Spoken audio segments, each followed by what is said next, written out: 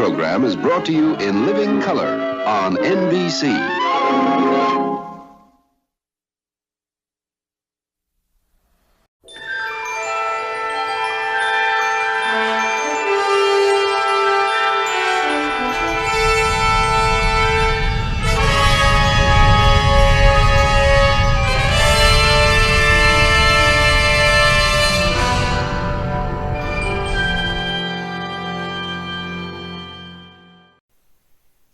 Okay, and now it's time to take a look at the so far final season of Lower Decks. I say so far because no, Mike McMahon he's got more story to tell.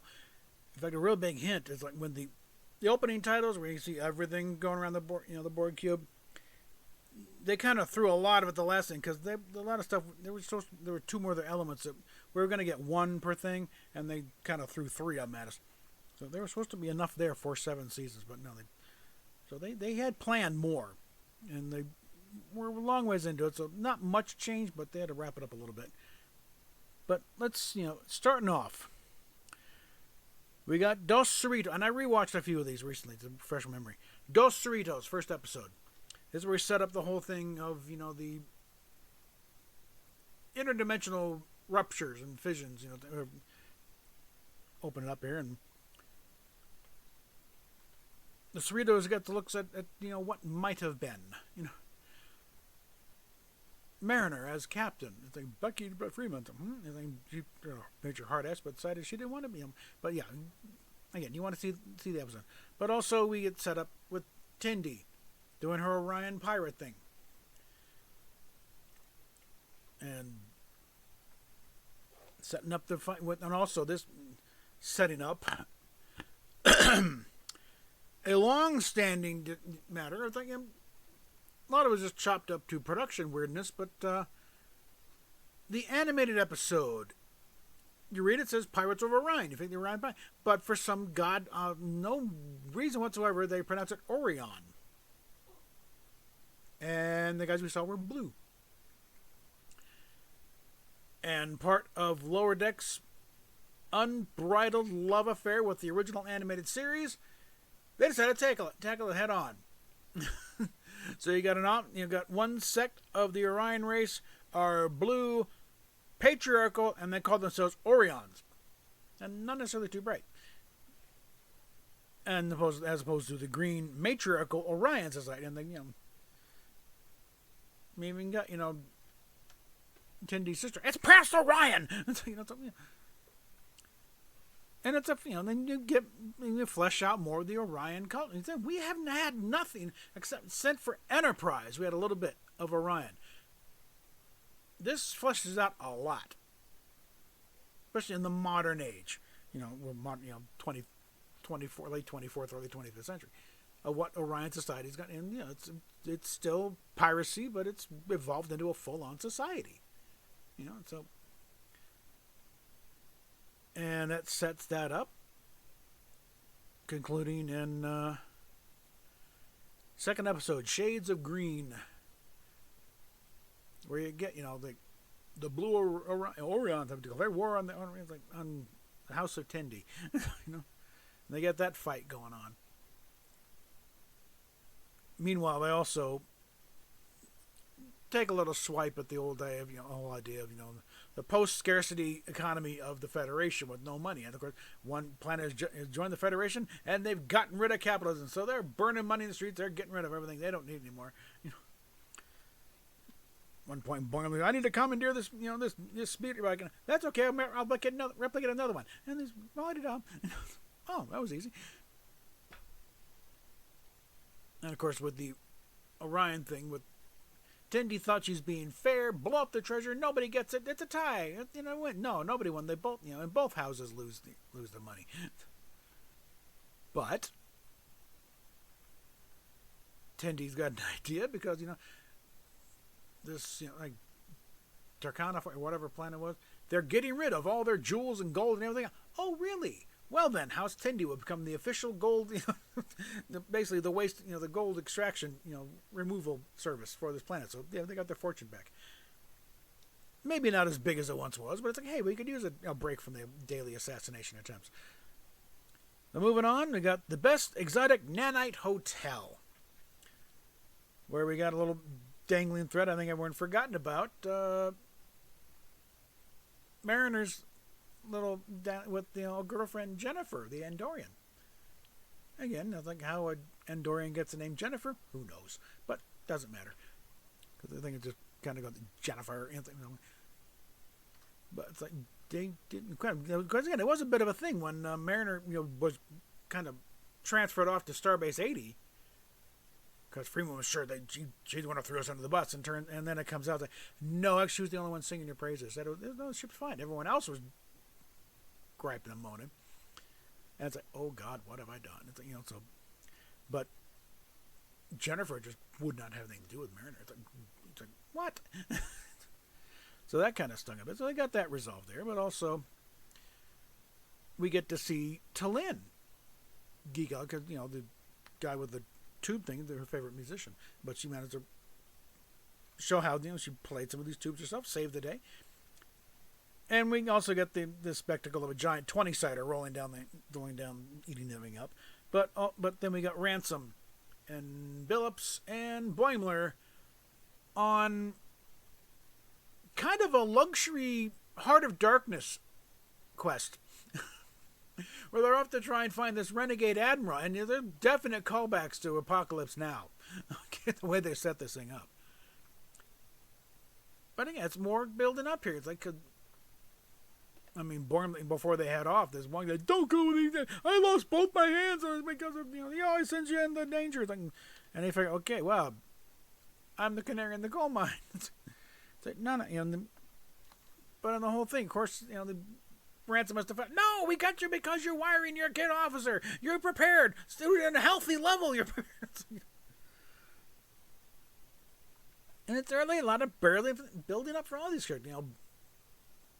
Mariner and Jennifer finally break up for real and in a respectful way. And at the end of the bar, Jennifer, oh, this is the first time I'm not mortal enemies with my ex. This is and Andorian society is rough. Okay. But Tendi's back on this ship, and it was another nice little gesture on T'Lyn's part. To help Rutherford work on the shuttlecraft with the Sequoia, which never gets fixed, but it's kind of like, it's just a hobby. They don't want to fix, but she fixes it. Oh my God! Well, we'll figure something else to do. They come back with Tendi, and she's wrecked the entire thing. Done. Oh my! Whatever shall we do? So yeah, don't let anyone tell you Vulcans don't have a sense of humor. Okay. She was definitely sarcastic. And so Tendi, we get the chance to put it back all together again.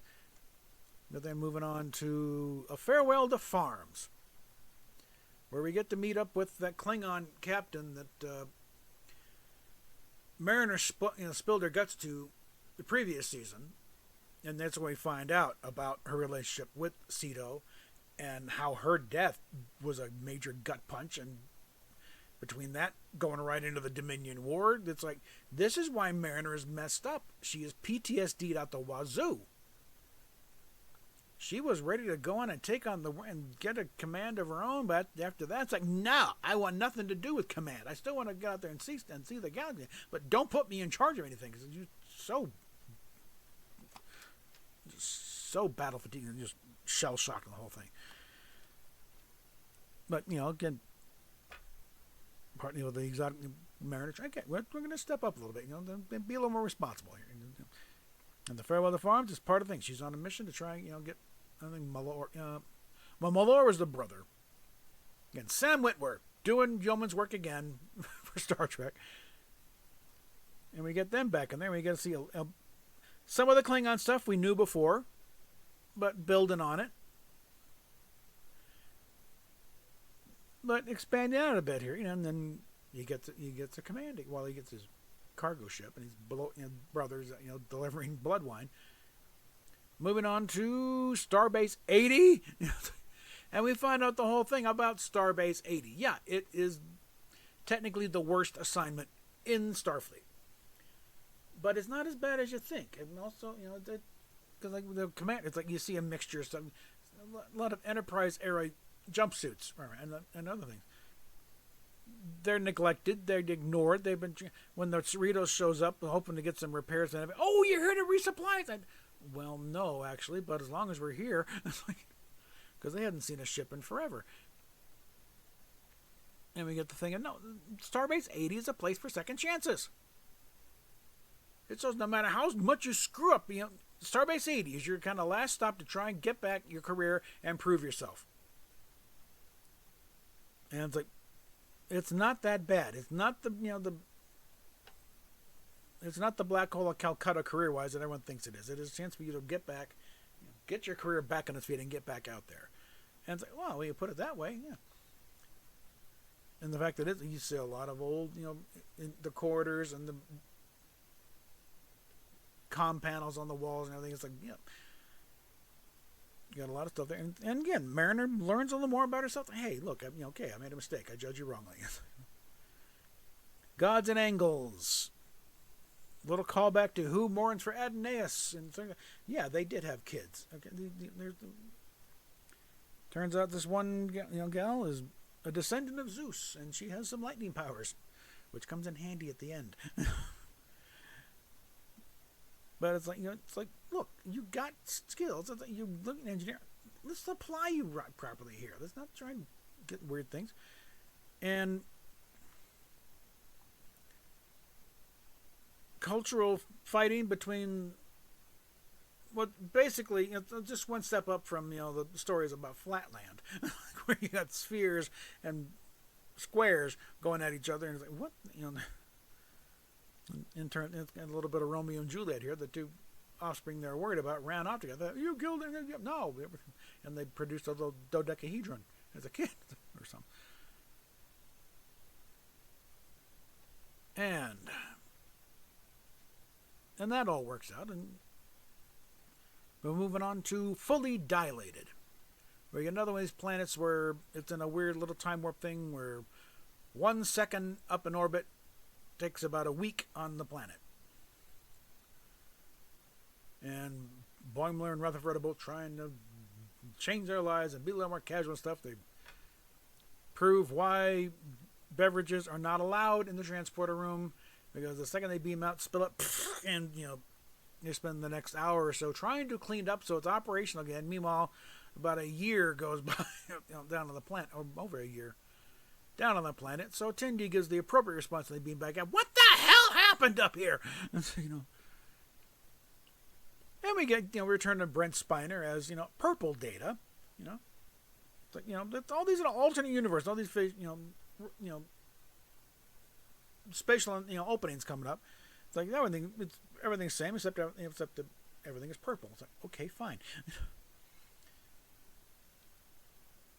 And Tendi and Tolan are both competing for the role of Chief Science Officer. And upon Purple Data's recommendation, when they get back to the ship, it's like they both become the co-science officer. It's, hey, California class, who cares? It's like, do what they want. Then we get to Upper Decks. It's like, let's give the senior officers an episode.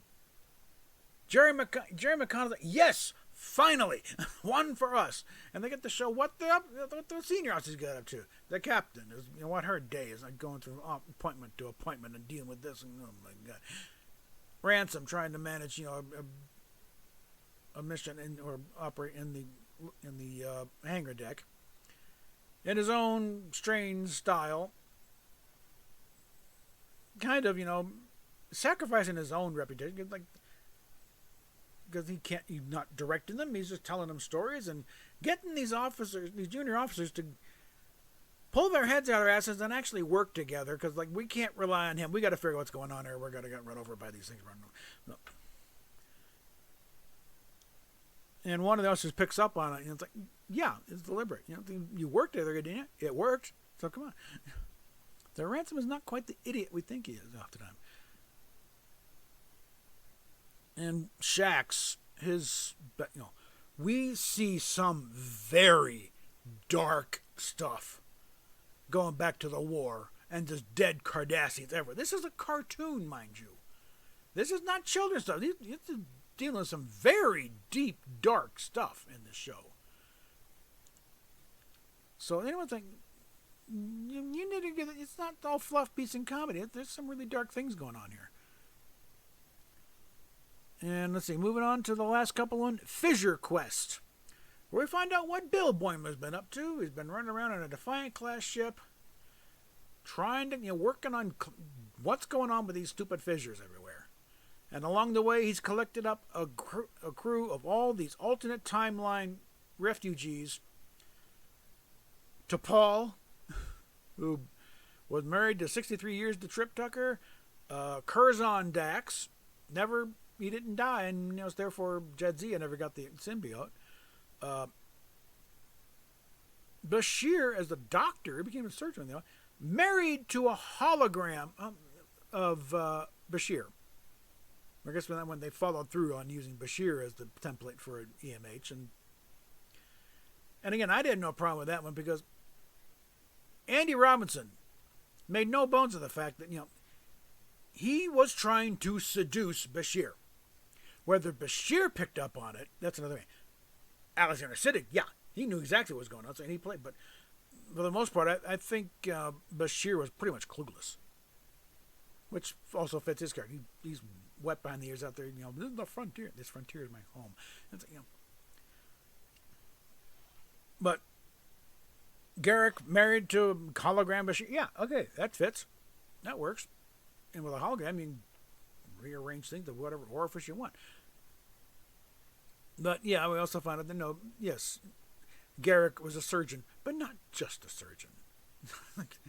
So yeah, that Obsidian Order thing was still back there. And of course, about the entire crew, rest of the crew, are the variations on Harry Kim. Lots and lots of Harry Kims. And they're all still ensigns. Until they bring one aboard who's something about Harry just keeps, in every universe, Harry falls through some kind of dimensional portal and winds up there. And they keep picking him up. It's the one who's actually made it to lieutenant.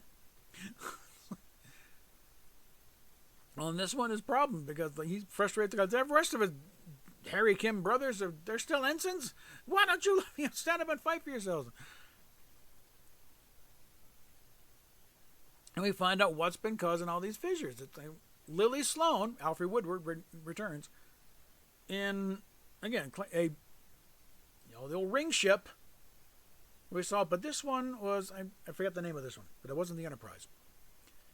But instead of warp drive, they developed a quantum drive, where they're going leaping between the different universes and exploring the possibilities that way, unaware that when they open one up, when they go through one, they also open up another one. It has to do with the conservation of energy, and it's causing problems.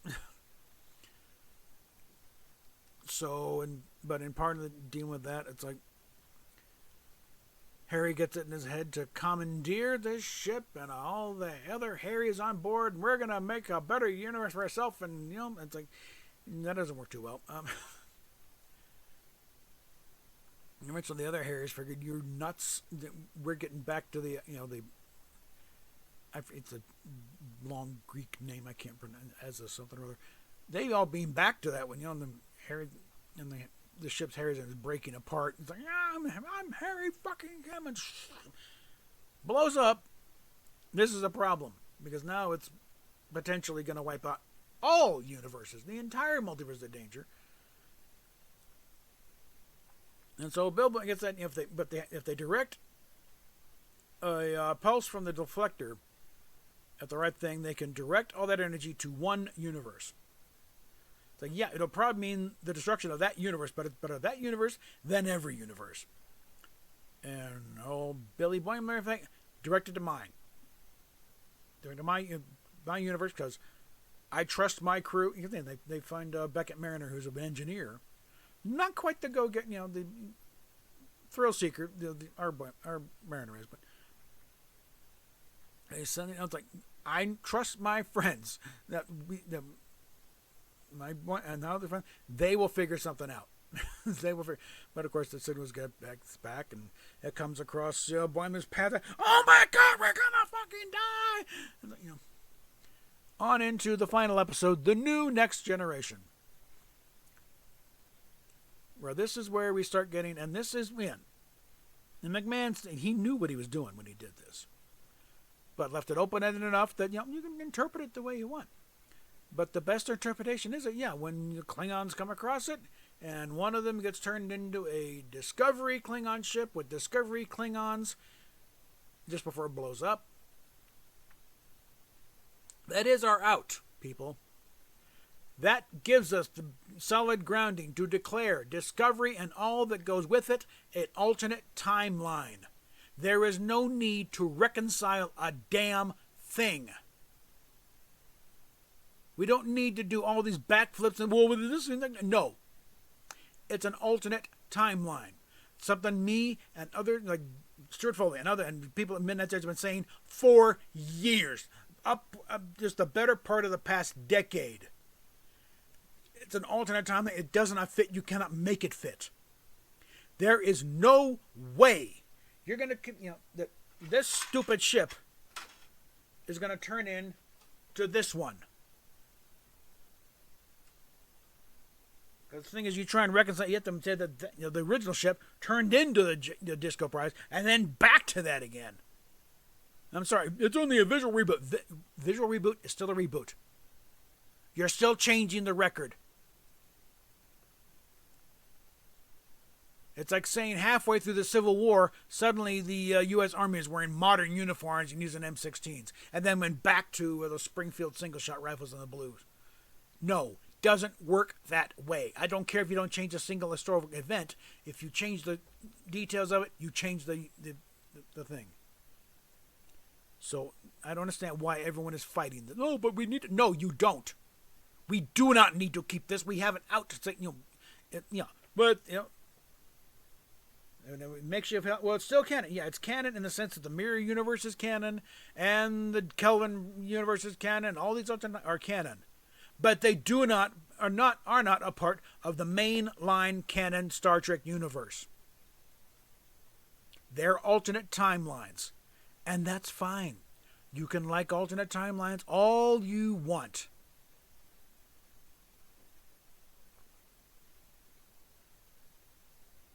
But there is no advantage of trying to reconcile this crap with the main timeline.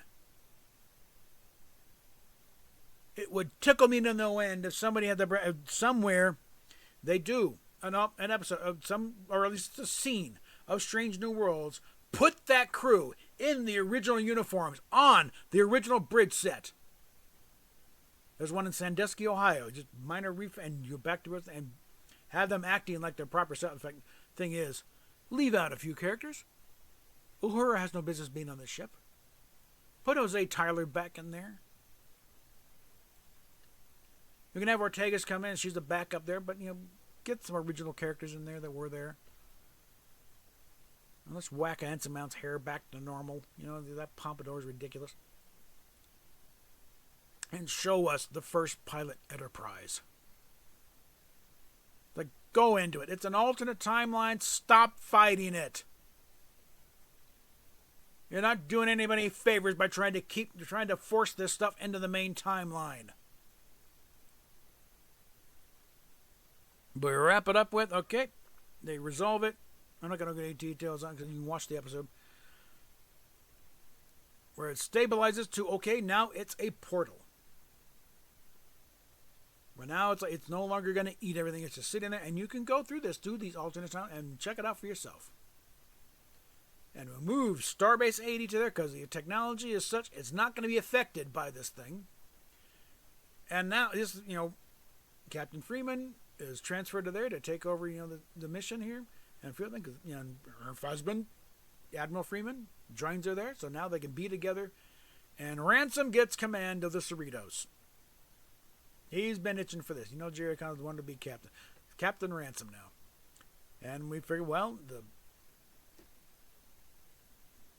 situation with Tendi and Talin, Tendi and Talin on for co-science officer. Let's try the same thing with first officer, Boimler and Mariner. Provisional first officers, which is odd. I'd say unprecedented, but they both have the aspects. They can bring one thing or the other to the idea, and why not? Again, it's a California class. It's way down. The fate of the Federation is probably not going to hinge on this. So what the hell? And they leave it off at that. And it's like they're off on their adventures. So will we join them for those adventures later? No way to know at this point. We know McMahon is going to try his darndest once the opportunity is there to bring this stuff back. In what form? We don't know. He mentioned movie like 3 times in his comments. But whether it's going to be a comic book or a movie or a TV movie or a TV series or a movie or something, he wants this thing to continue. There was more to tell. The cast wants to do more, and of course the audience that latched onto this thing. But we ain't done yet. There's only 50 episodes. We want more. Again, we want to keep this thing going. It's a good thing going. Whereas Discovery, like they pulled the plug on that the second they had a chance to. Because at the time, that's part of playing into the bookkeeping thing. If you bankroll it out for 5 years, then you can spread the cost out of the whole thing, and it's not that bad, is it? Well, yeah. Well, until Netflix figures they're being hosed. And the second their contractual obligations done, they're out. So now CBS is paying the whole bill. Now it's not so much fun. So you thought you're getting a 7-year run? No, you're not. Boom. They were shocked when they pulled the plug on Discovery. But yeah, it's like, let's appreciate the gift that Mike McMahon has given us. Let's love that Christmas present he gave us. It gives us an out. Look, it doesn't fit. You don't like it? It's an alternate timeline. That's why nothing fits. That's why those uniforms, they're marching band. They're not Starfleet uniforms. They got no business being anywhere near that. It's like, and just reject the whole thing like a bad organ transplant. It's like, no, it didn't take. Bye. The bad toupee, get out of here. Get rid of Discovery, and you shuffle off Discovery, and Strange New World, and Picard, because that's also attached. You see the Disco Prize overhead. I mean, it's a Starfleet headquarters. And apparently also, unfortunately, Prodigy, because apparently the tail end of that one is it goes right into, there's a synth rebellion on Mars. It's like, slight divergence. The synth rebellion. Yeah, they based a lot of what they're doing on what they understood to be a measure of a man. But they proved with the entire thing they didn't watch the measure of a man. Because the conclusion of the episode means that the synth rebellion would be impossible. Because they established fundamental rights for androids that they would not have an android slave race. That was specifically what they set out to avoid and prevent. So sorry, this little synth rebellion on Mars is an insult to the entire thing.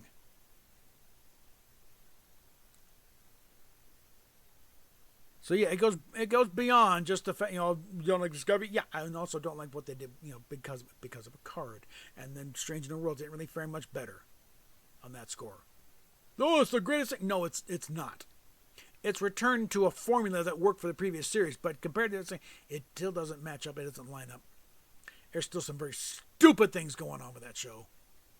Let it go. Let it shuffle off to its alternate timeline where it belongs. You can love it and appreciate it all at once, but do not pollute my canon timeline with it.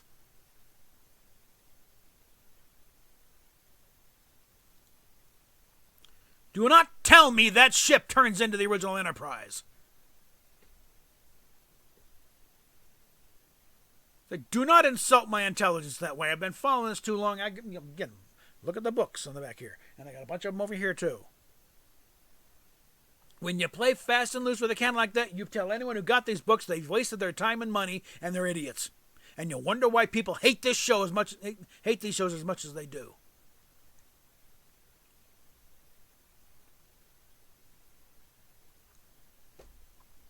So yeah, Mike McMahon, you have given us a present. We need to appreciate it. Yeah, he knew exactly what he was doing. He knew what the implications were. But that's, oh, you take it how you want. Again, the reason why he can't really be definitive about it because he wants to still work in this town. You can't trash your producers and expect to have a long life working in Hollywood. They keep track of this stuff because you never know. You might be working for these guys again one day. So you got to tiptoe around him. Terry Matalas, I'm sure behind closed doors, he's got some choice words for Alex Kurtzman and his bunch of idiots. But he's got to be nice about it. So anything, it was a wonderful. Bull. It was wonderful because he was never around. I already know for season 3 of Picard, they let Matalas do whatever the hell he wanted. They didn't care. There was just, all they did was a few little things they couldn't change. You couldn't change Picard being a robot. You couldn't, think about,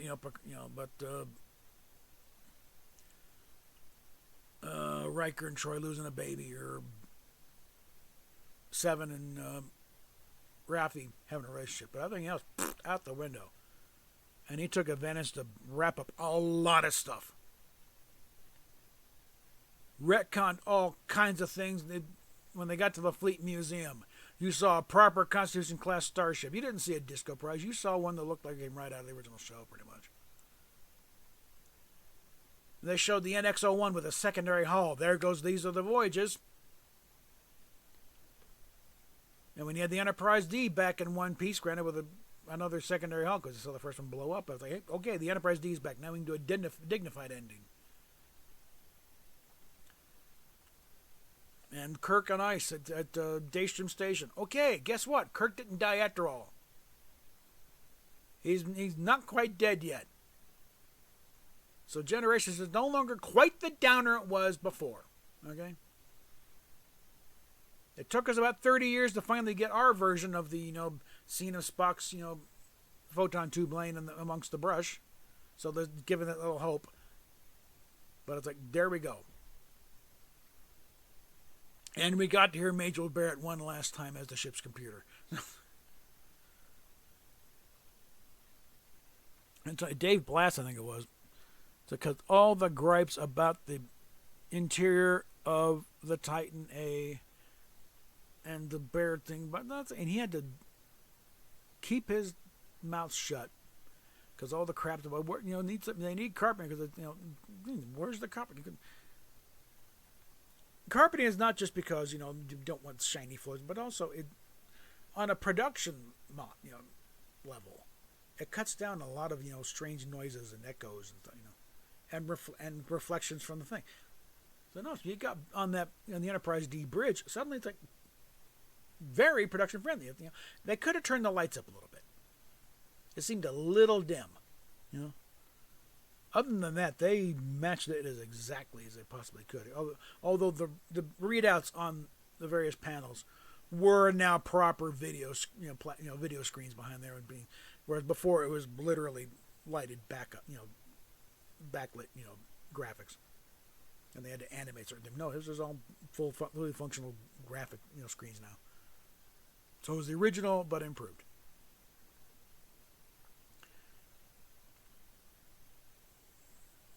So that one, again, that's the only that's the only season of Picard I have and will have. I will not let the first 2 seasons darken my door.